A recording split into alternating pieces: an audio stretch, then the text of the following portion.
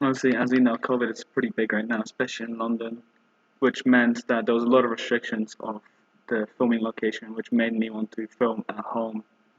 And because of COVID, we had to film at home. This also meant that the group I had no real way of basically communicating with me and making the film together in the same place, same spot, same time, which was very difficult, which made me want to do this film solo, which what made me choose a title sequence. And this meant a lot of things, which one of the main ones was probably the budget. By that I mean the equipment that we had access to. The only thing I was able to film with was a phone and some uh, recording software like OBS, which I used to make the DM scene, and make a lot of the shots in the film are basically handheld, or they're quite static, not moving. I tried to go for some variety, being a niche shot and a top-down shot. However, a lot of these failed as I couldn't adjust the camera just right as I wanted to, as there was no real way for me to adjust it.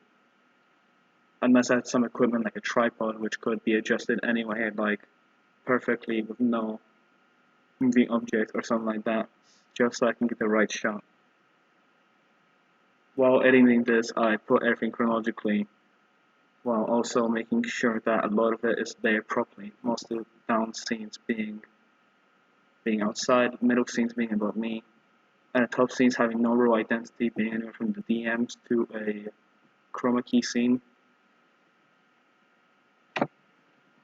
Editing on cuts mainly consisted of quick shots, or slightly quick shots, anywhere from 10 to 5 seconds, and until we got to the last part, which is almost a long shot within itself, being a lot longer scenes.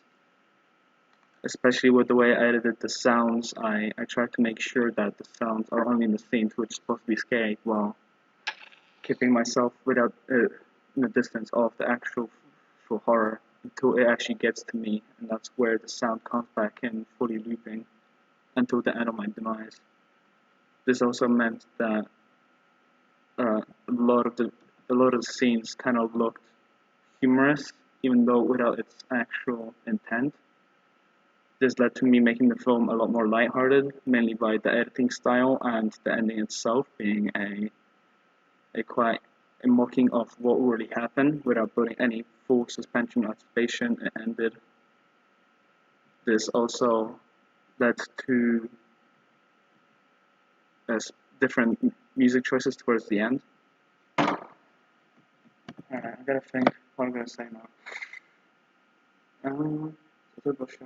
Alright, so I use some transitions, mainly being a fade in the very start.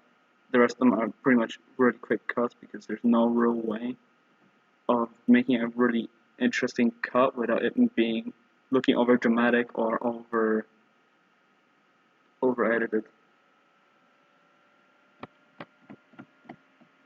Ooh, and I made a realization that a lot of the background noise was redundant, but I made a realization that towards the end, a lot of the sound was redundant, as it mainly just caused it to seem less professional and more homemade, as if it's nothing really happening important, which made me choose to cut out all the audio and replace it with music, apart from the scenes where it's made because of the way I can draw a line and comparison of the monster in the distance and the time I've lost.